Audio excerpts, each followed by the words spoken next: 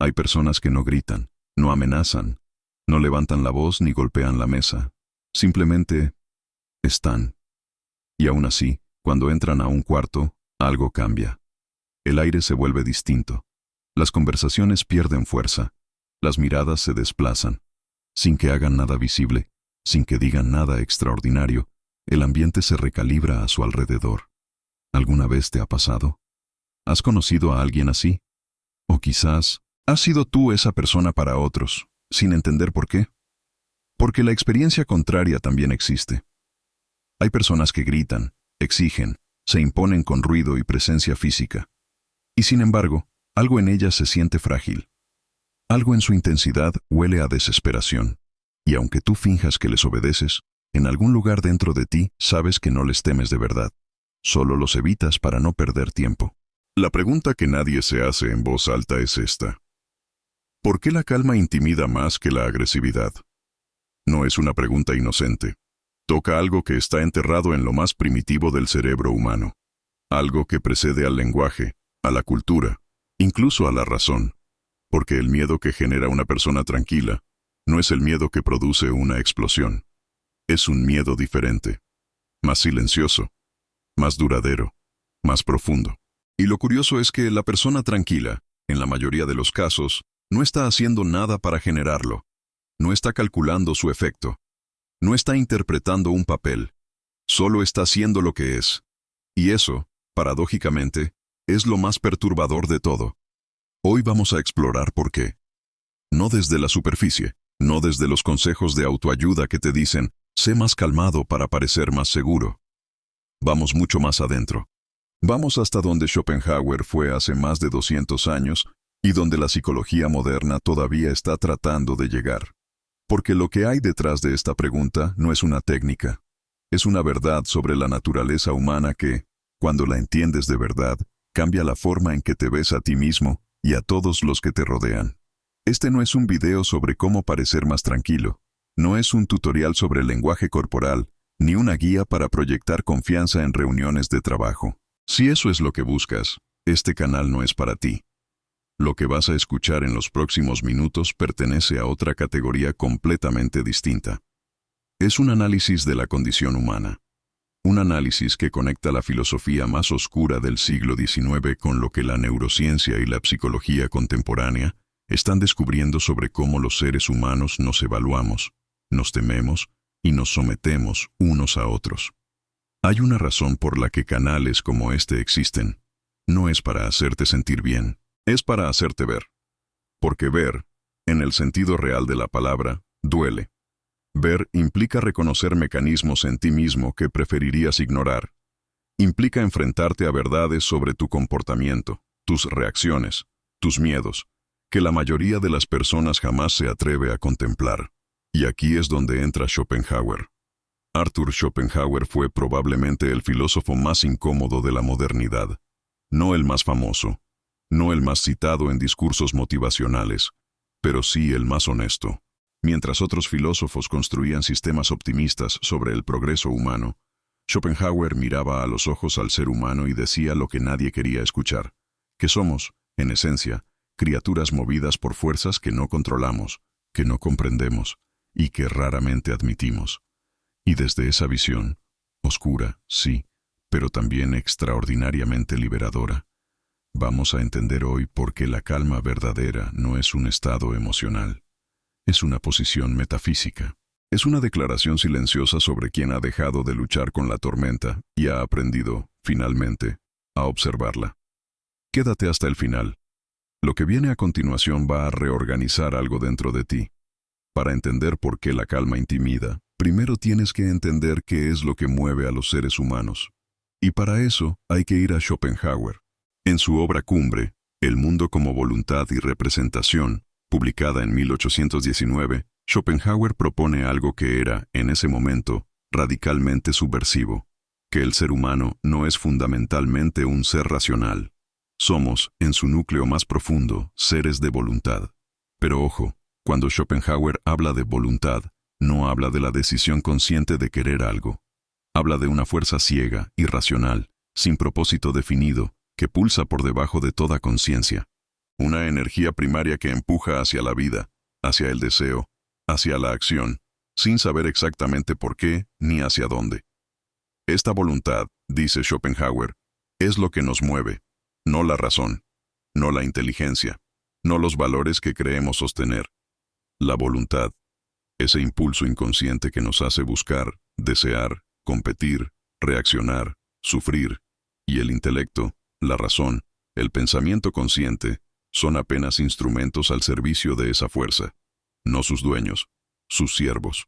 Esto conecta directamente con lo que Freud descubrirá décadas más tarde al hablar del inconsciente, que la mayor parte de lo que hacemos no emerge de la reflexión consciente, sino de fuerzas que operan debajo del umbral de la conciencia.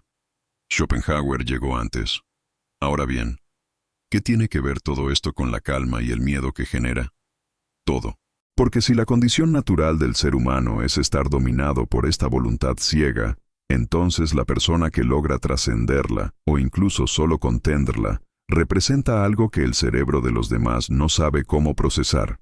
Representa una anomalía en el orden natural de las cosas. La mayoría de los seres humanos vive en reactividad permanente. Un estímulo llega, y la voluntad responde. Alguien te provoca, la voluntad se defiende. Algo te amenaza, la voluntad ataca. Este ciclo es tan automático, tan constante, que se vuelve invisible. Simplemente lo llamamos ser humano.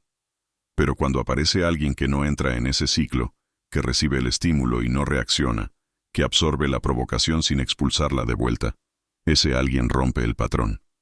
Y lo que rompe el patrón genera, inevitablemente, incertidumbre. Y la incertidumbre, en el cerebro primitivo, se traduce en una sola palabra: peligro. Aquí viene la parte que nadie te va a decir en los videos de desarrollo personal, la parte incómoda, la que duele no porque sea cruel, sino porque es verdad. La calma que intimida no es paz, al menos no siempre. Hay dos tipos de calma en el mundo, y confundirlos es uno de los errores más comunes que comete la mente humana al intentar leer a las personas. El primer tipo de calma es la calma del que ha renunciado, el que ya no reacciona porque ya no le importa, el que mantiene la compostura porque en algún punto se apagó algo adentro. Esta calma no intimida. Puede llegar a generar lástima, distancia o simplemente indiferencia. Es una calma vacía. Una calma que, si la observas con atención, tiene el sabor del abandono. El segundo tipo es completamente diferente. Es la calma del que podría reaccionar, pero elige no hacerlo. La calma del que tiene acceso a la tormenta y decide no liberarla. Esta calma sí intimida, porque detrás de ella hay algo contenido. Y lo contenido, por definición, es potencial. Y el potencial no revelado es infinitamente más amenazante que la fuerza ya desplegada. Schopenhauer lo entendía a su manera cuando hablaba de la negación de la voluntad. La persona que logra negar su voluntad, que logra no ser arrastrada por el impulso ciego del deseo y la reacción, no es una persona que se ha vaciado.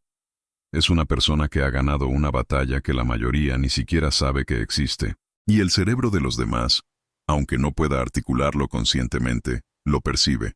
Percibe que algo en esa persona no está disponible para ser manipulado, que no hay palanca visible, que las herramientas habituales de influencia, la provocación, la adulación, la presión social, el miedo al rechazo, simplemente no encuentran dónde anclarse. Y aquí está la verdad incómoda. La razón por la que la gente tranquila da miedo no es la calma en sí misma. Es lo que la calma revela sobre todos los demás. Cuando estás frente a alguien que no reacciona, se te obliga a verte en espejo. A notar cuánto de tu propio comportamiento es reacción no elegida. Cuántos de tus movimientos son respuestas automáticas a estímulos que tú ni siquiera identificas conscientemente. La calma del otro es un diagnóstico silencioso de tu propia falta de control. Y nadie quiere ese diagnóstico. Hay 3 mecanismos psicológicos específicos que explican, en detalle, por qué la calma genera esa combinación particular de respeto, incomodidad y, en algunos casos, miedo genuino. Explorarlos uno por uno es necesario, porque cada uno opera en una capa diferente de la psique humana. El primero es la ilegibilidad. El cerebro humano es, en su esencia, una máquina predictiva. Su función principal no es pensar, no es sentir, no es crear. Su función principal es predecir lo que va a ocurrir en el entorno, para poder responder antes de que el peligro llegue. Para predecir, necesita información. Y la información más valiosa que puede recopilar sobre otra persona es cómo reacciona bajo presión. Cuando alguien explota emocionalmente, te entrega ese mapa de forma gratuita. Te dice exactamente dónde están sus límites, qué lo activa, qué lo paraliza, qué lo derrumba. Ahora tienes poder sobre esa persona, incluso si nunca decides usarlo. Pero cuando alguien permanece en calma bajo presión, el mapa queda en blanco. Y un mapa en blanco no tranquiliza al cerebro, lo activa. Porque lo desconocido no se archiva como neutral, se archiva como potencialmente peligroso hasta que se demuestre lo contrario. Esta es una respuesta evolutiva que lleva millones de años funcionando. La calma del otro activa esa alarma antigua. El segundo mecanismo es la señalización de jerarquía. En cualquier sistema social, humano o animal, hay señales constantes de estatus. ¿Quién cede? ¿Quién insiste? ¿Quién pide atención? ¿Quién la recibe sin pedirla? Estas señales se procesan en milisegundos, de forma mayormente inconsciente, y configuran una jerarquía que todos los presentes reconocen, aunque nadie la articule. La urgencia es una señal de posición baja. Quien necesita hablar primero, quien necesita ser validado, quien necesita ganar la discusión, está señalando que su posición depende del resultado de esa interacción.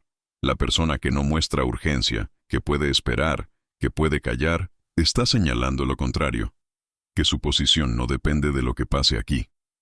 Y el cerebro social registra eso como autoridad. No autoridad formal, no autoridad otorgada. Autoridad percibida, que es, en la práctica social cotidiana, la única que realmente importa. Schopenhauer tenía una noción relacionada que llamaba aristocracia del espíritu, la capacidad de ser autosuficiente intelectual y emocionalmente, sin depender de la validación externa para mantenerse en pie. Esta autosuficiencia, decía, era la forma más elevada de independencia que un ser humano podía alcanzar. Y cuando otros la perciben, aunque no sepan nombrarla, responden a ella. El tercer mecanismo es la amenaza de la capacidad no ejercida. Imagina que estás frente a alguien que sabes que podría responderte, pero no lo hace. Que podría herirte con palabras, pero elige el silencio. Que podría defenderse con fuerza, pero simplemente te mira. La pregunta que tu mente genera en ese momento es la más perturbadora de todas. ¿Por qué no lo hace? Las posibilidades que tu cerebro considera son pocas y todas inquietantes. O no le importas lo suficiente para responder, lo cual te ubica en un lugar incómodo de insignificancia. O tiene algo más poderoso guardado y no ha decidido usarlo todavía. O ya está más allá de la necesidad de ganar este intercambio, lo cual lo pone en una posición que tú no puedes alcanzar desde donde estás. Ninguna de esas opciones es cómoda. Y la incomodidad que generan se adhiere a la persona tranquila como una atmósfera invisible que precede a su presencia. Llegamos al núcleo, a lo que realmente está pasando cuando alguien tranquilo genera ese peso particular en el ambiente. Y para llegar aquí, necesitamos ir más profundo en Schopenhauer que donde la mayoría de los análisis se detiene. Schopenhauer identificó algo que llamó el sufrimiento esencial de la existencia humana. Para él, la vida ordinaria oscilaba entre dos polos. El deseo no satisfecho, que se experimenta como sufrimiento, y el deseo satisfecho, que se experimenta inmediatamente como aburrimiento, y que pronto cede el lugar a un nuevo deseo. No hay punto de llegada. No hay estado de satisfacción permanente. La voluntad siempre quiere más, siempre quiere otro, siempre insiste. Esta es la condición de la mayoría de los seres humanos. Moverse del sufrimiento al aburrimiento, y del aburrimiento al sufrimiento, impulsados por una voluntad que no pregunta si queremos seguirla, simplemente nos arrastra. Y en medio de esa marea universal, la persona tranquila parece no estar siendo arrastrada. No parece estar corriendo detrás de nada. No parece necesitar urgentemente que algo cambie. No da señales de que la tormenta interna que Schopenhauer describió con tanta precisión la esté consumiendo por dentro. Y eso, en un mundo donde la mayoría de las personas lleva la tormenta escrita en cada gesto, cada reacción, cada urgencia, resulta casi sobrenatural. No es que la persona tranquila no sienta, no es que esté muerta por dentro, es que ha desarrollado, consciente o inconscientemente, lo que Schopenhauer consideraba la capacidad más rara de todas, la capacidad de no ser gobernado completamente por el impulso inmediato. Y aquí está el clímax real, la revelación que este video quiere depositar en ti. Lo que da miedo de la gente tranquila no es su calma, es el recordatorio viviente que representan de todo lo que tú no has logrado todavía. Cuando ves a alguien que no reacciona a lo que a ti te haría explotar, tu cerebro no registra neutralmente, esa persona es diferente. Tu cerebro registra, esa persona tiene algo que yo no tengo. Y eso activa algo que va más allá del miedo social. Activa una incomodidad existencial. La sensación de que hay un nivel de desarrollo humano que aún no alcanzas. Un grado de libertad interior que aún no es tuyo. Esa incomodidad existencial es la forma en que el ego se defiende de lo que percibe como una amenaza a su autoconcepto.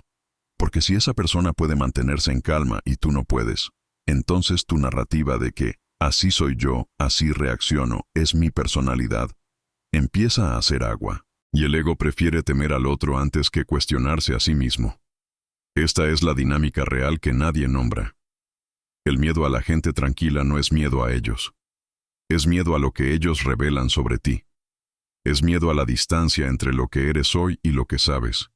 En algún lugar silencioso y honesto dentro de ti, que podrías llegar a ser. Es miedo al espejo. Y el espejo más perturbador no es el que distorsiona tu imagen. Es el que la muestra con una claridad perfecta.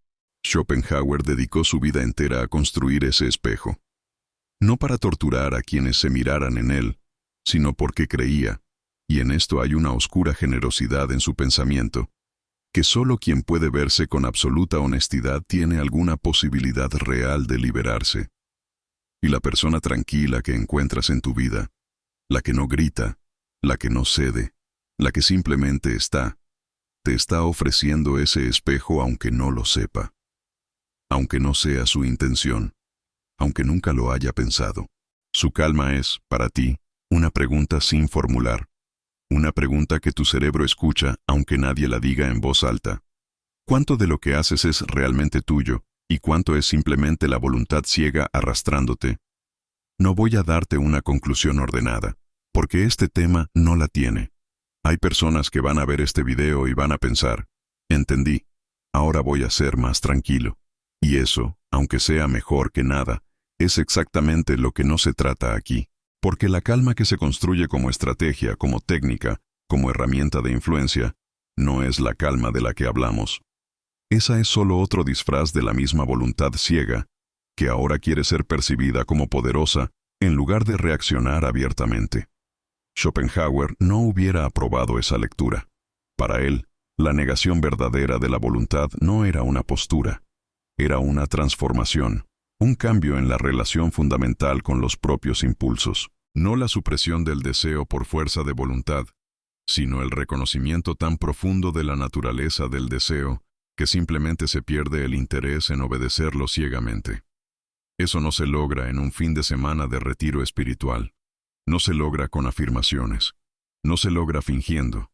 Se logra, si es que se logra, a través de un proceso largo, íntimo, frecuentemente doloroso, de observación honesta de uno mismo, de ver una y otra vez los mecanismos que te mueven sin pedirte permiso, de notar cuando reaccionas y preguntarte de dónde viene esa reacción, de tolerar la incomodidad de no actuar cuando el impulso grita que actúes. Y quizás, con el tiempo, algo empieza a cambiar. No dramáticamente, no de golpe, sino de la forma en que cambian las cosas profundas, silenciosamente, en la oscuridad, sin anunciarlo. ¿Llegarás ahí? No lo sé. Yo tampoco lo sé de mí mismo. Pero la pregunta es lo más valioso que te puedo dejar hoy. Porque las respuestas se entregan y se olvidan. Las preguntas correctas, las que tocan el hueso, esas no te abandonan. Esta es la tuya. ¿Cuánto de lo que eres es lo que elegiste ser? ¿Y cuánto es simplemente lo que la voluntad ciega construyó en tu lugar mientras dormías? Si llegaste hasta aquí, ya sabes que esto no es un canal ordinario. No estás aquí por casualidad. Estás aquí porque algo en ti reconoció que hay preguntas que no encuentran respuesta en los lugares donde la mayoría busca. No en los videos de motivación que te dicen que mereces lo mejor. No en los discursos de superación personal que prometen transformarte en 10 pasos. No en los contenidos diseñados para hacerte sentir bien durante 3 minutos y olvidarte de ellos en 4. Estás aquí porque, en algún punto de tu vida, notaste que las respuestas fáciles no satisfacen las preguntas reales. Que hay algo en la condición humana que es oscuro, complejo y profundamente inconveniente, y que ignorarlo no lo hace desaparecer. Solo lo desplaza. La verdad interna existe para explorar ese territorio, no para darte certezas, no para construir una identidad positiva y confortable sobre las ruinas de lo que eres, para mostrarte lo que hay cuando te miras sin filtros, para llevarte a los pensadores que se atrevieron a decir lo que la mayoría calla, para ofrecerte no la ilusión de control, sino algo más valioso: comprensión. Schopenhauer pasó décadas siendo ignorado. Sus ideas eran demasiado incómodas para una época que prefería el optimismo fácil del progreso. Y sin embargo, fue el filósofo que más influyó en el siglo XX, desde Freud hasta Nietzsche, desde Jung hasta Borges, porque la verdad, aunque tarde, encuentra a quienes pueden sostenerla. Tú ya estás sosteniendo algo hoy. Eso importa. Si este video resonó en ti, si algo de lo que escuchaste aquí abrió una pregunta que todavía estás sintiendo, suscríbete a La Verdad Interna. No por el contador, no por el algoritmo, sino porque lo que exploramos aquí es un proceso continuo, y cada video es un paso más adentro. Si te vas ahora, te perderás lo que viene después. Y lo que viene después va aún más profundo. Si este contenido te aportó algo genuino, algo que no habías visto formulado de esta manera, déjame saberlo con un like.